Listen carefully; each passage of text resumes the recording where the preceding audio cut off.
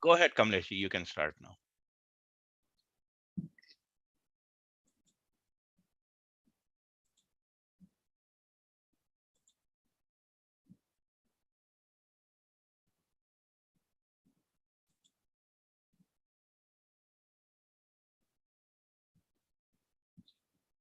Namaste, everyone. Very happy to meet you again and spending the ninth session with me. And today is very important. It is 22nd of January, and Gandhi was killed on 30th January. Between this span of 30 days, a lot happened. If he had been killed in the beginning of the year, the map of India would have been different. And nobody knows this, that why this crucial time he did the most damage. And had God said not kill him at that time, then we would have had not only Hyderabad gone, Bhopal gone, and Junagadh gone. So you can understand what game was he playing and how it was absolutely crucial that he should not have lived beyond 30th of January, because the decision for Hyderabad was going to be made by that weekend. So this is why I'm saying that Gandhi died. The aftermath is equally important, because this aftermath has not just followed India in those 10 days, 15 days, 20 days, 1 year, but it continued following till this day. Brahman did this, Hindus did this, Hindus did this. You see, it's a collective shame that is tagged on the Hindus. You see, it is not a person, but a collective community action that has to be condemned, and it can never be condoned. So it is that kind of thing. So that is why, to me, though that 1 month was very crucial. And that was a month we were in Delhi. We were in a border town where every border was 8 miles or 10 miles away in Taran Taran, and it was safe to get out. So that journey was another horrendous thing, because everybody is going to Delhi and towards UP, and we are also one of them, So I remember at Ambala, we had to change the train going towards Delhi.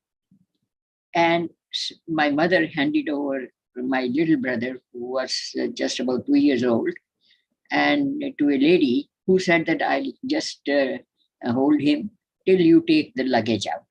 And by the time my mother came back to get the baby, the shawl was gone. I mean, at that time, it was made quite an impression on me that people were so desperate that they would remove a shawl from a 2-year-old child. And so I'm bringing this up because the trauma of it. So that is what we are dealing even today, because I remember that, and I'm sure people of my age who moved from there remember that too. So Gandhi made sure that he got every answer wrong to every question. This is the key point of the entire, I think in one sentence, you can sum up the entire book. And so far, in the last 30 years that we studied, from 1915 onwards to 47, I don't think, and probably you all will agree, that he never made a right decision. During the 2 decades from India, he lost the theme. He lost what he was fighting for, what he was chosen the leader for.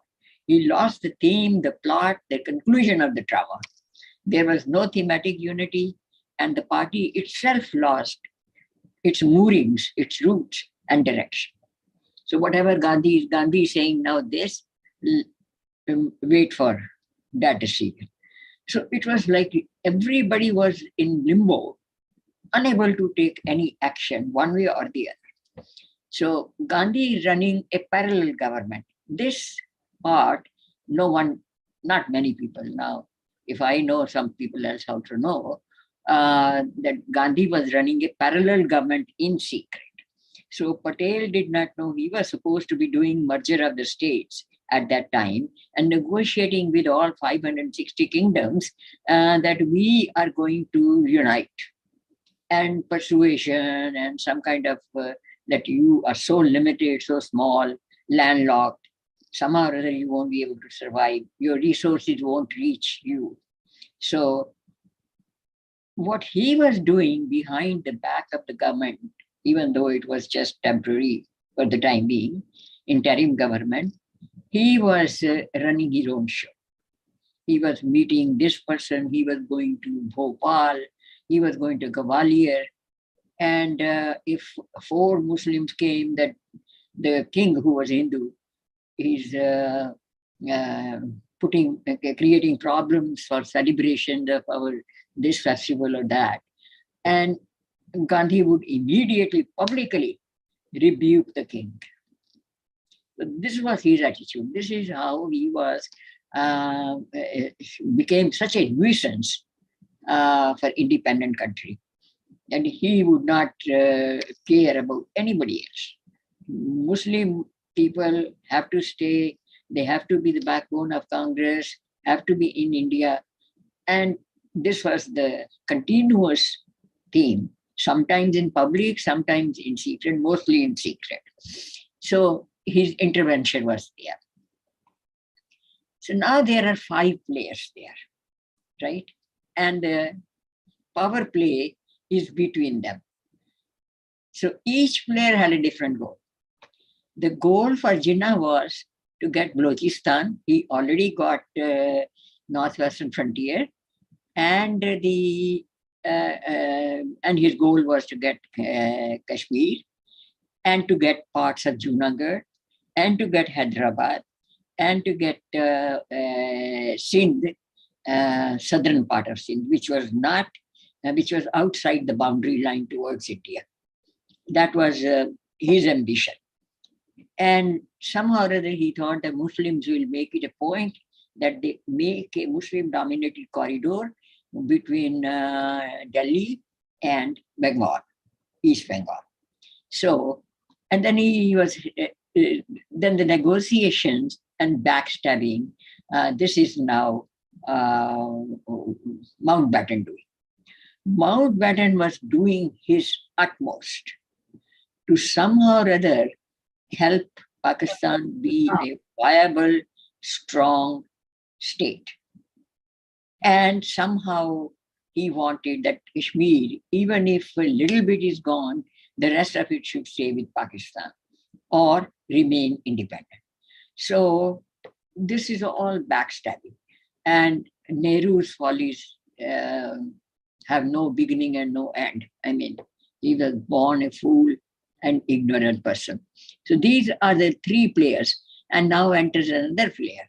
Sheikh Abdullah was released from the king.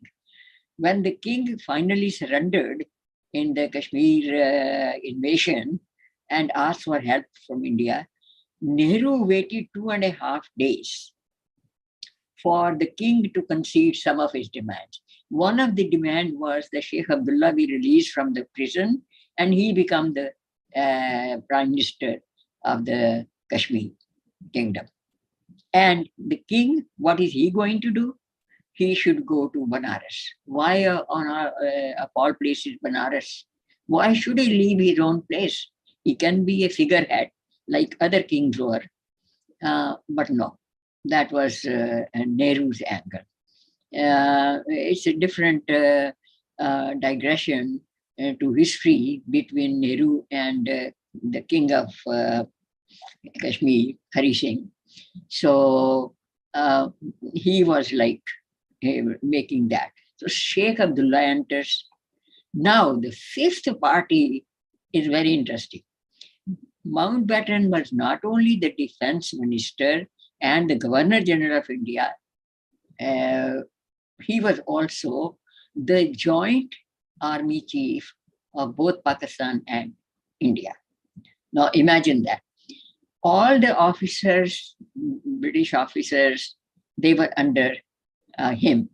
They continued because Nehru did not trust the Indians to be in powerful army positions. So he said that you manage defense and you do whatever. Now, all those people, once upon a time, they were on British India's army units, Air Force units, and they are all friends. Some stayed in Pakistan, but they continue to be friends and loyal to the crown of England. You see, this is the main thing. Now, three players are working with the British monarch and consulting Churchill and Attlee and everybody for advice.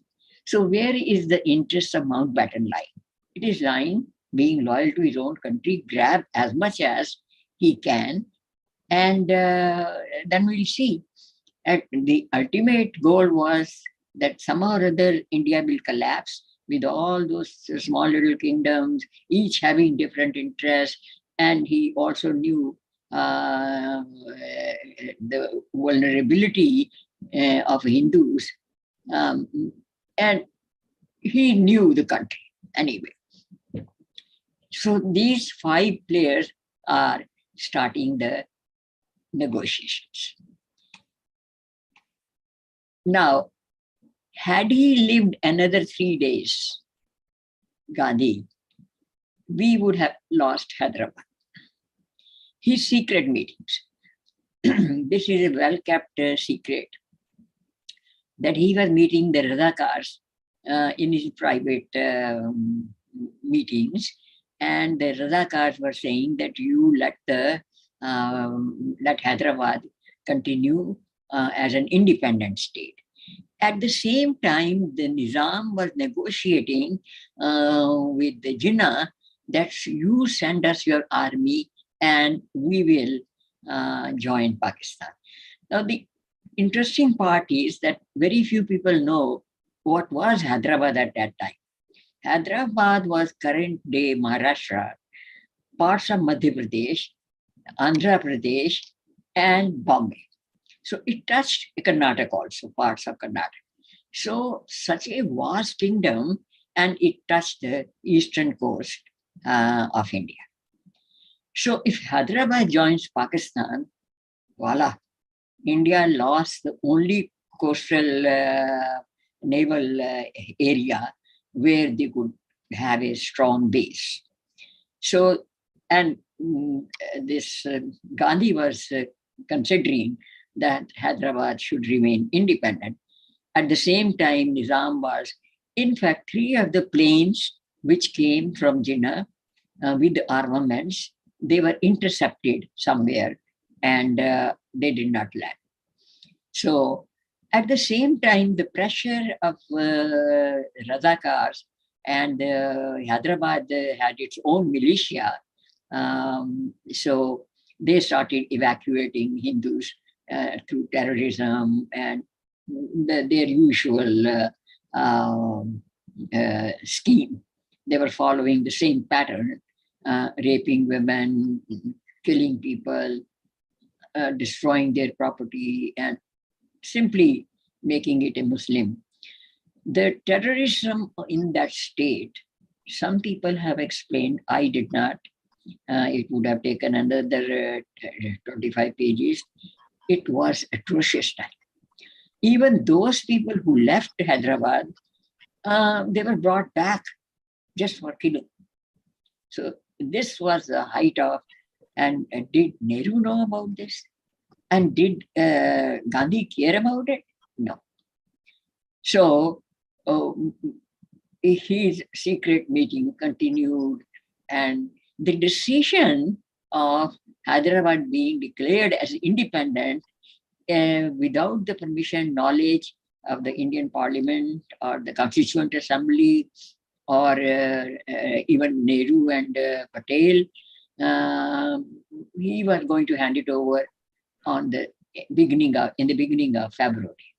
This is few people know that had we crossed the line into February, Hyderabad would have been declared independent.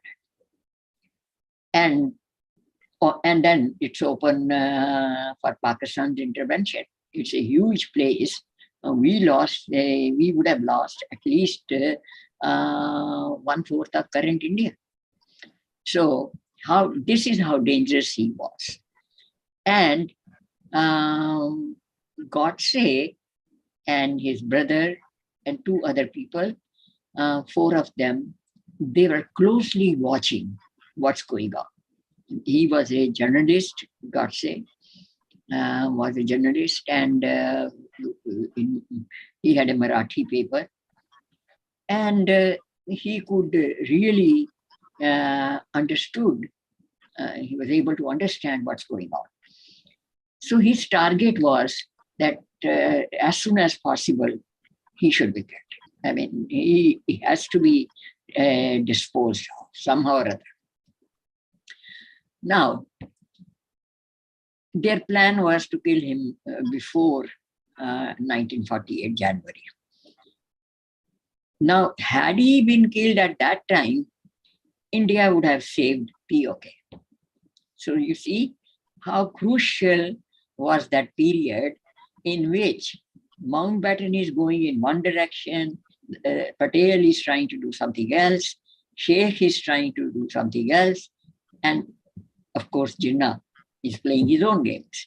And everybody except Gandhi and Nehru government, everybody was sincere, patriotic.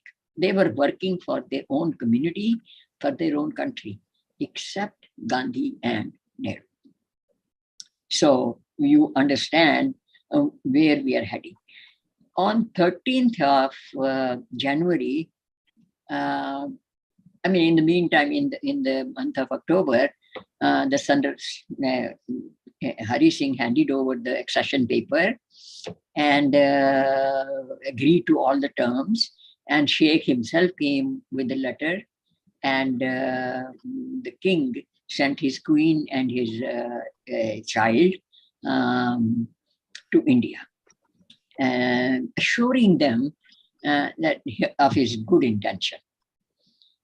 So when that was going on, and accession had to be done immediately, so there was a closed door meeting between all the parties, not Jinnah, of course, but Sheikh was there. And this is an interesting conversation. Manik Shah was there.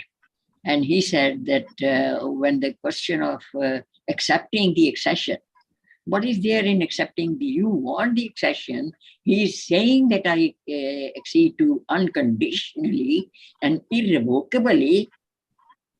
Then what's the issue? You say yes, and we send the army to rescue, stop the war there. So no, Gandhi, Nehru started giving a long, ideally, the moment he started with this kind of high-winded speech, ideally, Patel said, Jawahar in his language, Hindi language, so that nobody understands.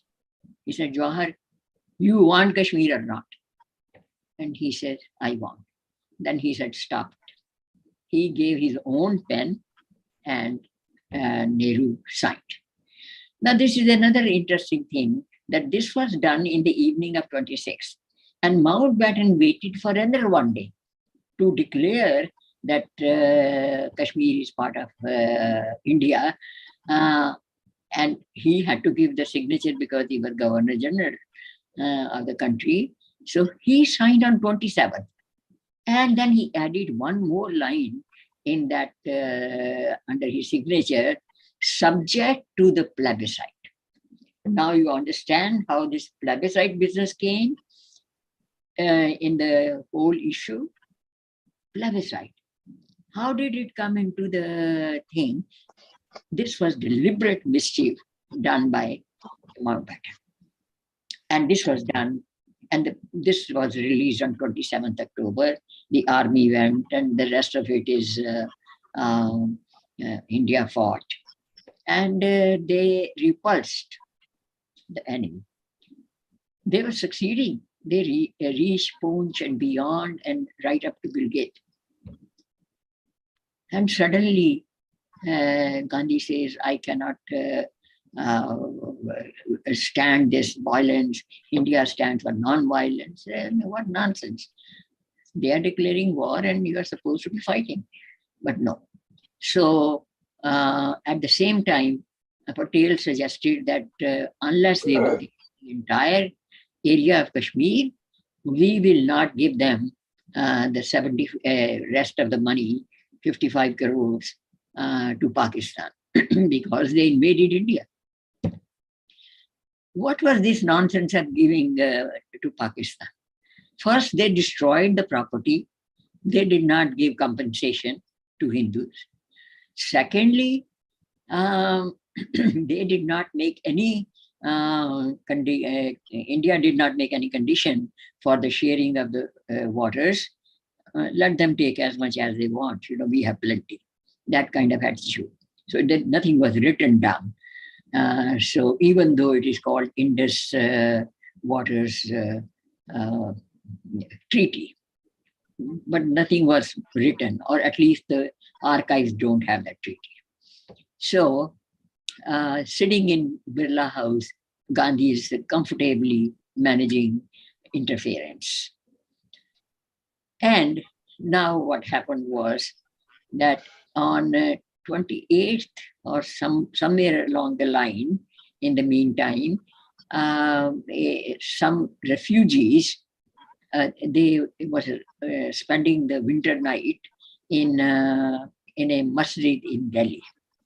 The Muslims came running to Birla House. Said, our masjid has been disrespected, sacrilege, Hindus have done that. And immediately Gandhi ordered, get the masjid vacated. In that part, on that night, when they were kicked out of the masjid, a 3.5-month-old child died of cold. Remember, this is December, January, and this is Punjab and Delhi. This was the last straw on the back of this group who wanted to get rid of it. So you see how it builds up gradually. So you keep putting more and more pressure. Then Mountbatten said, Nehru said, we are not going to give the money to Pakistan unless they vacate POK. And Mountbatten now, he was very upset because that was the game plan, to keep POK with Pakistan or under the British, where they could make a base against Russia. You see, one has to understand the geography of the place where the things were happening. So Mountbatten said that you should do something to Nehru, and Nehru refused. Patel, of course, he was belligerent. Finally, he went to Mahatma Gandhi and he said, if you don't give the money, Pakistan will starve. It will be on your conscience. And don't you care about humanity? As if the onus of caring for humanity and conscience only comes in play when Hindus are concerned. Where the Muslims vacated the property, that was not given to Hindus. No, it went to Muslim property board. This is the kind of, what do you call this? I would say atyachar, tyranny of the Congress government. It starts. So, with this background, Mountbatten went to Gandhi, and this is another very treacherous, cunning kind of blackmail. He said, Gandhi said, Jawahar is not going to listen to me, Patel is not going to listen to me. The only thing is I go on fast and to death. What would you call this strategy?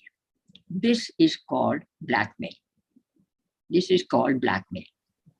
So he said, this is the only thing. And Mountbatten was so happy, gleeful. Such fools, they are doing this.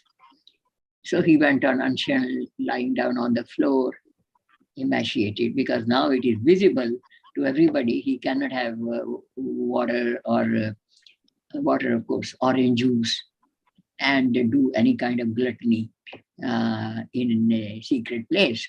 Now it is in the open. And on the third day, Nehru and Patel came that we agree, please give up the fast. This was another straw on the back of the groups who wanted to get rid of Gandhi. It is getting too much out of hand. So these players are important to know. Most people know it is between Jinnah and Nehru. It was no, there were so many other forces.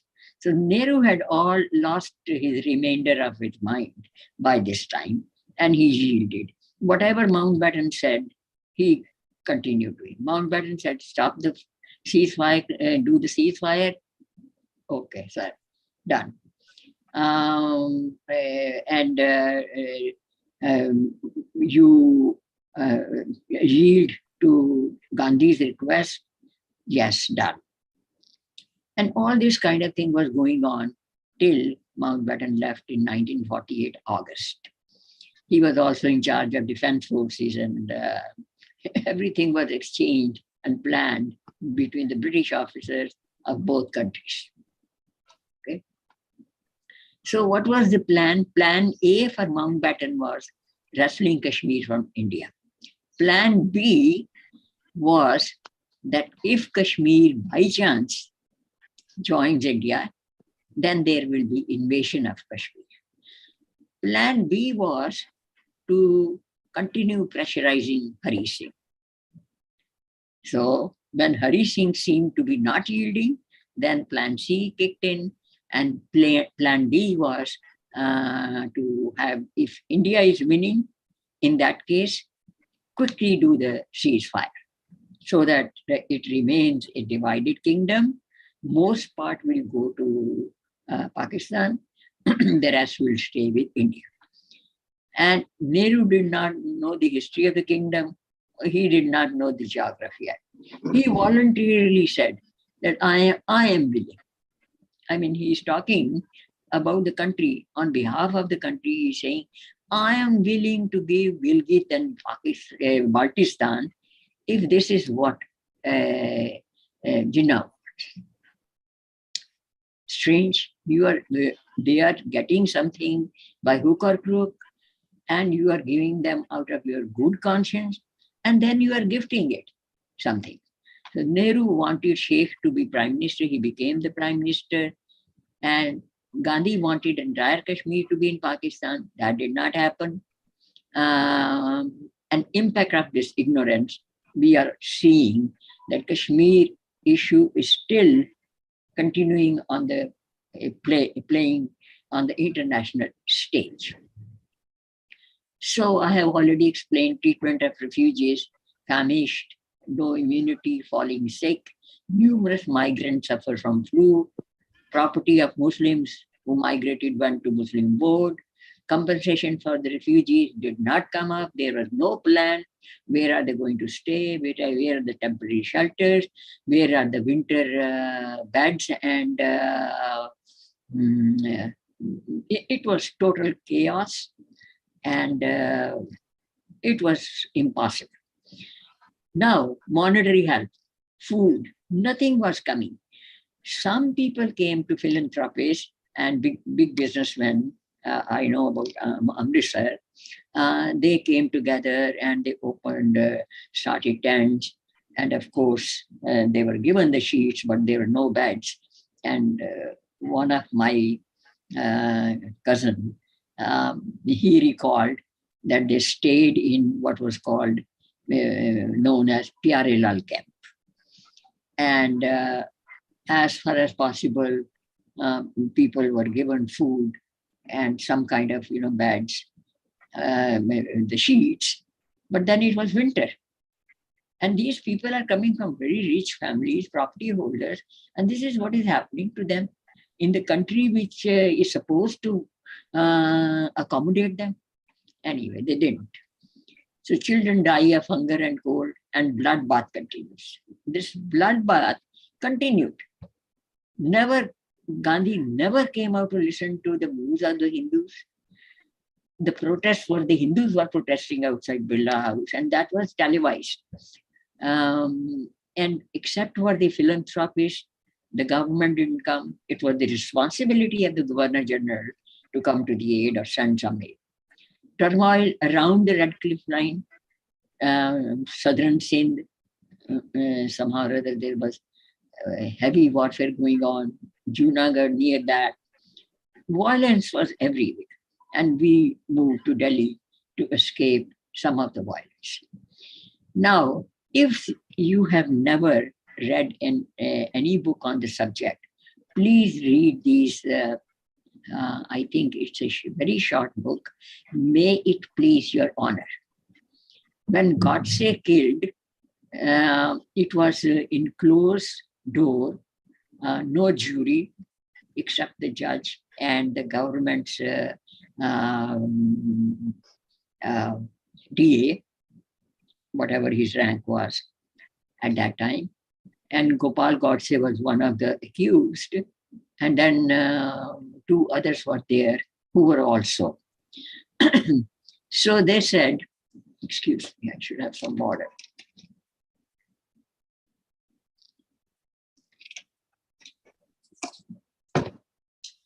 So the justice, judge presiding over it, he asked Godse that, would you like to have a government defense counsel? And he said, no, but I may be allowed to read the reasons why I killed. So he gave about 140 reasons, and may it please your honor is now available on PDF. So please go through it. That what Godse did was a huge favor to the country. In fact, he should be given Bharat Ratna for getting rid of the nuisance and the curse that India was bearing. So in the closed door, the Sarkari Vakil was not there because he refused. And he said, I may be allowed to read my own statement, defense. And then the defense attorney, the government attorney said that we are not going to allow. Why not allow him the last wish? If you are going to punish him, at least let him say something in his defense. So Gopal Godse, his brother, noted down everything, and there was no press inside. Nobody was allowed inside. It was absolutely secret. The day he was killed, and Godse said that I did not want to have any personal vendetta. I was against his policies that he was finishing India after independence, so-called independence. And he said, when I went there 2-3 times, there were other people surrounding him, and I did not want to kill them. And the last, when he succeeded, he said, first I bowed down and gave my respect. And then he shot him point blank, 2 shots. And he immediately collapsed. Now, please, after this session, think of Gandhi movie, where they said that the last words of Gandhi were, hey Ram. Absolutely not. He collapsed. You see, when you are hit in the chest and the stomach, and you simply collapse, die. Where is the question of hey Ram or hey Sham? you were killed. So he gave 145 or 140 reasons, and please do read it. It is an eye opener. There are a lot of spelling mistakes, but then, the guy is emotional, and he's speaking out of his heart. And that book it came out as a booklet. Gopal got say noted down, but then he was also imprisoned, and the book was banned. So January 36, 1948, Washington, D.C. newspaper, half a page of this side, right side, this news came. Washington, D.C. newspaper, Gandhi assassinated. 15 die in Bombay riots. New wave of looting, arson, curfew is imposed. Now, this was the early morning edition after 30th, on 31st. 1948 Port Angeles newspaper headline was Gandhi assassinated, walking to prayer grounds. Then Gandhi slain by assassins, riots begin, and this is the newspaper. But Indian newspaper did not have anything except the whole page, Gandhi assassinated. So, and whatever was said on the radio that people heard. Not everybody was reading newspapers in those days. So, how do we know about the Bombay riot? I only came to know when I was researching the world press, reaction in the world press. I would not have known either. That day, in 2.5 days, Congress killed about 8,000 people, Brahmins. Now, this is 8,000 Brahmins were massacred, more than the casualties that occurred in 1984 riots. The news was published in local and international papers, but stopped. V. Savarkar, who had already done 21 years of imprisonment, 11 years in Andaman Nicobar, and he was released. He is again arrested. What has he to do with the Godse? His brother, Savarkar's elder brother, was stoned to death, and their property was vandalized. All under the Congress watch, done by the Congress, ordered these riots. Just exactly like Indira Gandhi died and the Sikh became the victims, it was the Congress. So, who did that?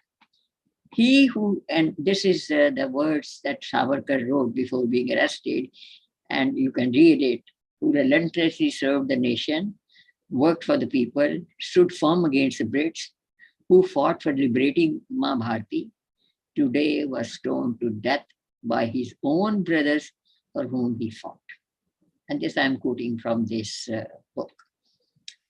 So, under Article 342 of the Criminal Procedure Code, no jury system, secret trial, press and family denied. He made his own defense, and I have explained. And this is another interesting point. This is the last slide, I think, I hope. Nehru, why he didn't call for a medical assistant or an ambulance? The first thing is not to go and make a speech on the radio, Bapu is dead, Bapu is killed. No, you call the ambulance, take him to the hospital, even if he died. Okay, a final examination and death certificate has to be given. The onlookers cannot do that. Nehru was happy, good riddance. He was a nuisance for the government, and it gave him an excuse to make an amendment to the freedom of speech. He said it will be restricted freedom of speech. Freedom of speech is freedom. If it is restricted, it is not freedom. So this became his lifelong mission, banned the organization, Hindu publications, and Godse's book only came 20 years after, somewhere in the last decade of the last century. So what I'm trying to say, that Nehru's death came as a blessing for the Congress and Nehru's dynasty. because he got riddance of the interference, his cottage industry business, and everything. At the same time, it gave him the opportunity to castigate Hindus forever and ever. To this day, Hindus are wearing the badge that they killed Gandhi, who was apostle of non-violence. Having said that, if you have any questions, and I was, by the way, on the day in Delhi when somebody came at 5 o'clock, that at 5:10, Bapu is dead. So then we knew India's Bapu died. Okay, so now the floor is yours and escape. I would like to comment If Kamlesh in the ji. audience, if anybody, yeah, I would like to comment Kamlesh Kapur ji's very good sense of humor and the way she has explained to us all this narration, how she has narrated everything, what exactly took place at the time of partition and how Gandhi was killed and Congress used this opportunity to blame everything on Hindus as it was done in 1984 when Mrs. Indira Gandhi was assassinated. I think the Congress has that history of taking advantage of the Indians and killing Hindus without any fear or favor. They just do it. Massacre. The word is massacre. Very sadly, it is very sad that this thing had happened in 1947. My father is with me here, and he was mentioning me that how that time the trains were coming and going, and he has seen the partition himself and how they came out of Pakistan to India and how they were, as she has mentioned, the food and all those shelters were given. Some was not given, some was all sort of things. And I think the appeasement policy started beginning 1947 itself, as people were taken for a ride. So very grateful. Thank you, Kamlesh ji. I may make a correction here that appeasement policy started in 1919 itself, when the Mokla rebellion came. So it is not that the appeasement started at that time. Appeasement continued in the 30s, in the 40s. And everything that Jinnah said, Nehru agreed. Everything Mountbatten said, Nehru agreed. They had lost the deck. So how they are going to impose any kind of counter offer? You see, when you are on a negotiating table, the other person demands this, you demand this. This is simple first lesson 101 for administration. And we are losing ground, gifting things, agreeing to nonsensical proposals. Anyway, okay, next question. Yeah, somebody raised hand. Pradeep. Who? yeah, you can unmute yourself, Pradeep ji. एक minute में बोल रहा हूँ. Oh, hi. Yeah. I'm Pradeep Misra here. And I was going through your presentation. That was a great presentation. And at the same time, as you mentioned, that Gandhi started Muslim appeasing since 1980. And that bothers my mind, that if so many things happened in Mopla, in Chori Chora, and then Noakhali, and finally in 47, then at least educated Hindus should have gotten an idea that this guy is a crooked one, and he was doing so many things to appease Muslims. And for everything Hindus were doing in reaction to that, he was trying to, impose non-violence on them. So what exactly other Hindu leaders were doing who really cared about Hinduism and Hindus to at least educate Hindus that this guy is crooked, he is not doing anything for you. In fact, he is working for British and Muslims, and ultimately he'll get you killed, raped, and country divided. So was there any movement that time among Hindus which was trying to educate Hindus or trying to save their country, their religion like that? Thank you. The answer is, in fact, I can ask you the question, how many Hindus know what is happening in the country now? There are only 5% of the Brahmins left in the country, and their average monthly salary is $100. And this is the condition of the Brahmins. And do you think anybody cares today? There are newspapers, there are local vernacular newspapers, the chit-chat business is going on, there's social media, some awakening is coming. But these little details, how gradually in 75 years, the Brahmins were decimated. That do Hindus know? What do they do when the newspaper come? Bulky newspapers come when I go to India, Hindustan Times, Times of India, what. And people look at the headlines and there it goes. Now let's have breakfast and go to work. So this is the kind of Hindus who are there and the curriculum that they are taught. And as you have pointed out, there was a militant group. Savarkar was part of the militant group. Lajpat Rai was part of that.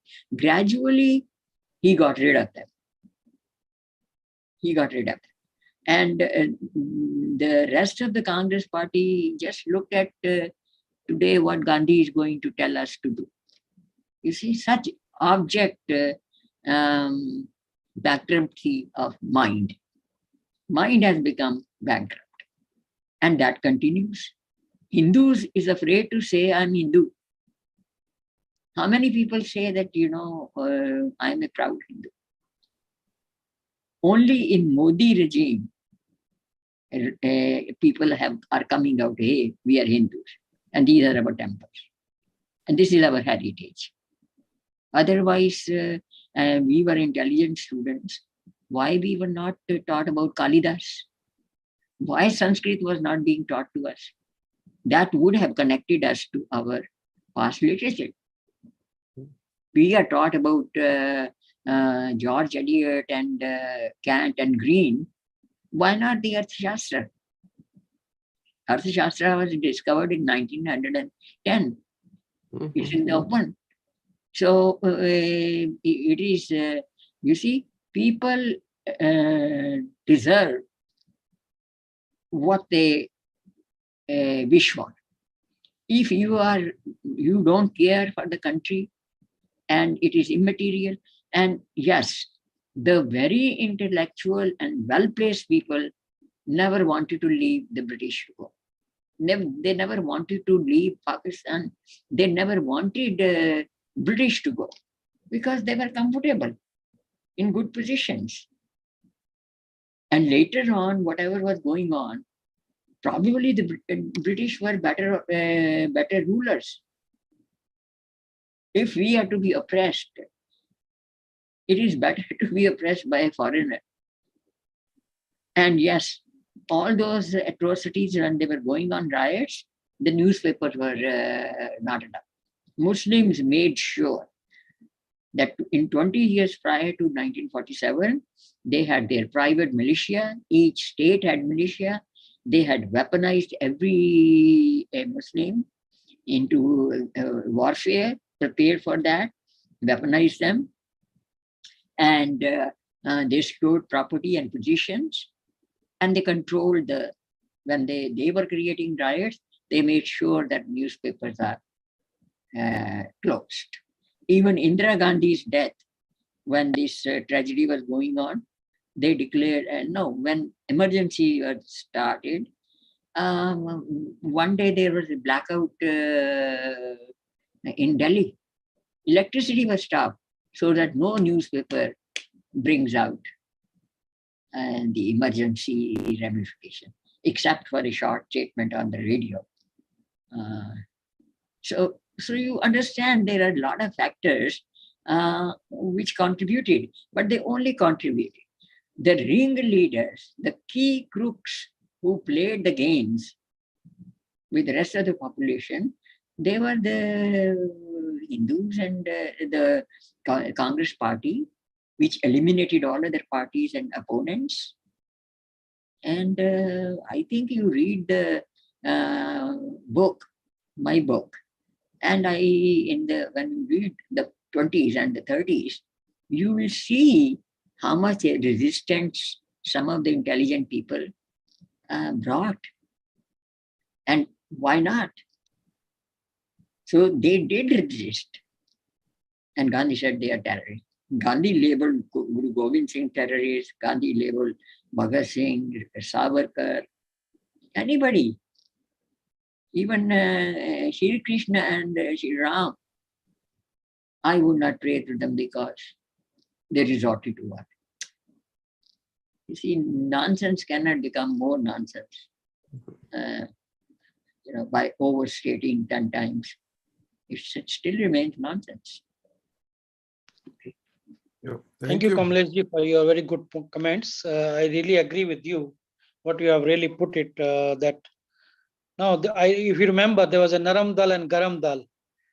Naram Dal means the soft people, and the Garam Dal, as you mentioned just now, Lala Lajpat Rai, Savarkar ji, another Netaji Subhash Chandra Bose, those really fighting for the freedom of India that time. Yeah, there was a euphoria.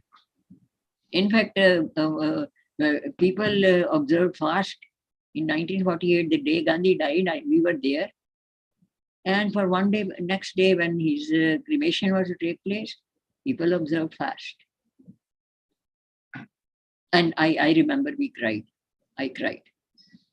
When Nehru died, I cried horrendously, as if it is end of the world. And I was not a child at that time. It is how much you are influenced that this guy or India will fall apart. So, Yeah. I think you're right. I have one more question. So I think first of all, you're absolutely right? Growing up in India in 70s, right? Chacha Nehru and Bal Devas, and there was this whole racket going on as if he was the only leader in the country. Of course, his daughter was ruling the nation at that point. But I'm wondering how the other, 1/3 of Indians, or previously Indians who are in Pakistan, how they see Gandhi. Do they recognize, the great role Gandhi played in creating their country? Maybe they call him a father of their nation, or do you know how they react to Gandhi's legacy? Now people are questioning this. Now people are not accepting it. You see, it's only because now they have a platform to say this. Up to 2014, Hindus did not have a platform. The media narrative was not under their control. So you see, who creates a narrative is the person who controls the public opinion. Yeah.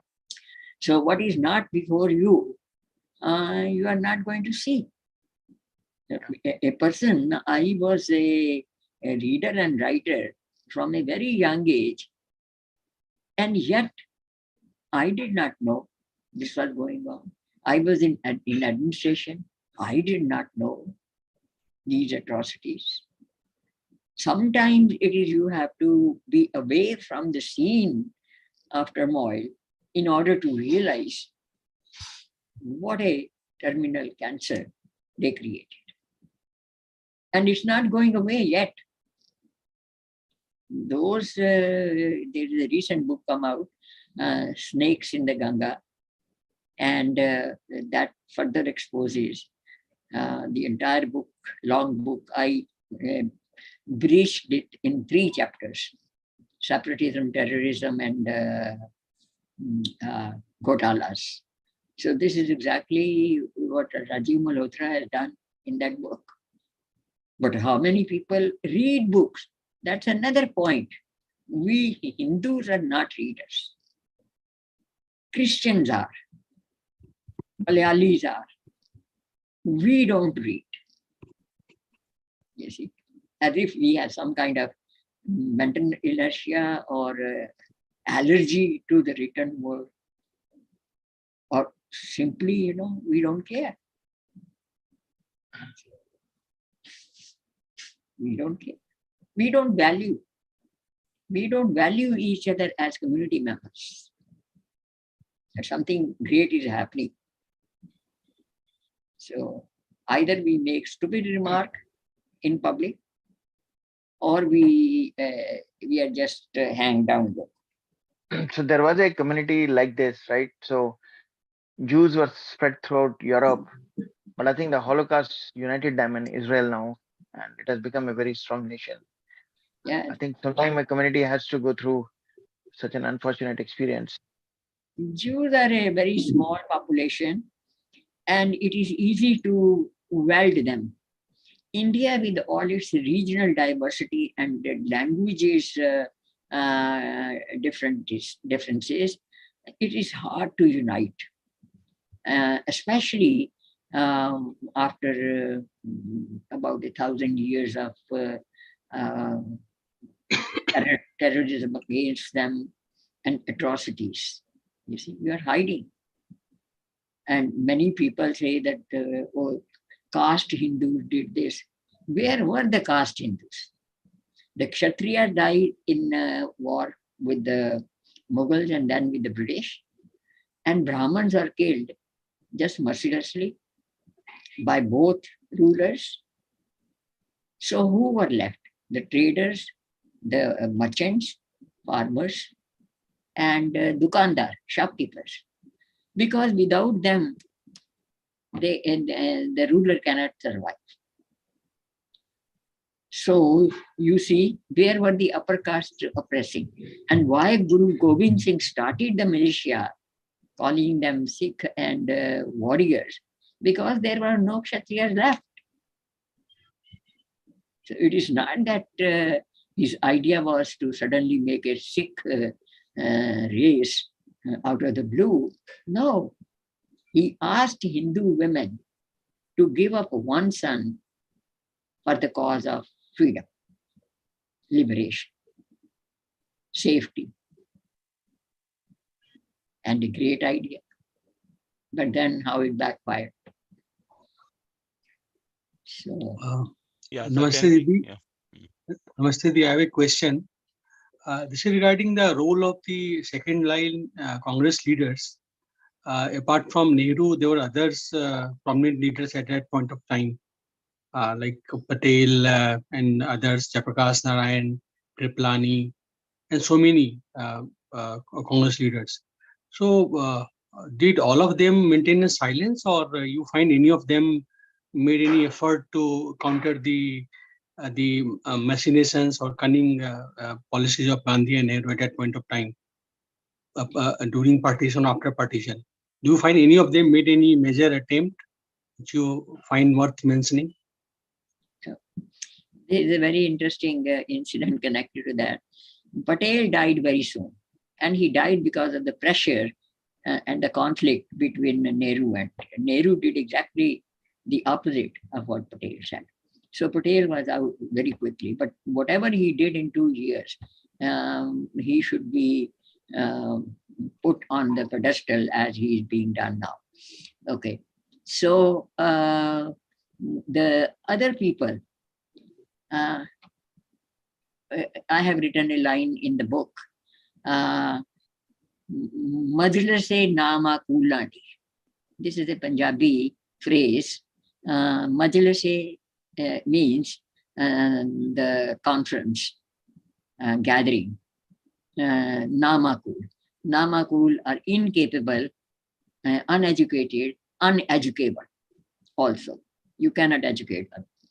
So I wrote down that all were pygmies, and it was Majlise Namakula. And I gave the English translation. You see, it's not just a series of disturbing events. I did put some of the humor, inject some humor in it, even though tragedy has no humor. But they were not qualified. They were not qualified even to be the mayor of a small city. And one of them was Jagjeevan Ram. Another one was Rafi Ahmad Kadibai. And they did not know a word of English. So there is a story going on in my department in Postal Service that the head clerk asked for clarification and the superintendent sent it to the next boss. Finally, and it went to the whole draft went to the minister. And the minister wrote in Urdu a curse word, what is this going on in Urdu? And he signed in Urdu. It came all the way back to the head clerk. Everybody detoured that the minister has signed, he has approved the draft. Whereas he wrote down, what is all this nonsense? So it came all the way down. And everybody not knowing Urdu was happy to let it trickle down. When it finally came to the head clerk, and he said that minister has not agreed. He has questioned us, what is this business? So, this is just to tell you the competence or capability or education. And that continues even today. Many of them are not even 10th grade pass. In fact, there is a saying that a person who fails 4 times in the primary school, he is fit to be the monitor for the next classes, and then he becomes a neta. And then he becomes politician. So this is the caliber. Again, we are responsible for it because we don't take interest. So, madam, was Rajendra Prasad made president just to silence him? I think he was a class apart. In the knowledge, was second to none at that point of time also. How do you see the role of Rajendra Prasad there? Rajendra Prasad, the hands were bound. As long as he remained there, he tried to do his own thing and the right thing. But then Radhakrishnan did not have the guts. He toadied the line, and Zakir Hussain and everybody else. You see, Nehru created an atmosphere where you distrust anybody's intelligence. He would insult Thimaiya, Kriappa, military generals, and it is in the annals of those people. They did. You don't value your own people. So it was all, sad thing. My idea is to demystify Gandhi himself. And the person who is role model, he was the worst curse on the country. So, any more questions? Yeah, Rahul. Yes. Namaskar. Thank you for that very, very enlightening talk. And I'm really impressed. I'm actually based in New York, and I was, previously in the Indian Police Service and in the UN. I would, really like to, connect with you after this to see how we can take your thoughts forward. I have some initiatives, so I would be very grateful. My question is that my feeling is that Hindus are the biggest enemies of Hindus, and what do we do to save Hinduism from Hindus? I don't know. We can talk about it endlessly, but we are not readers. We are not inquisitive. We are not curious to know. Most people say history is a boring subject. Yes, but it's a journey you have to go through in order to understand your roots.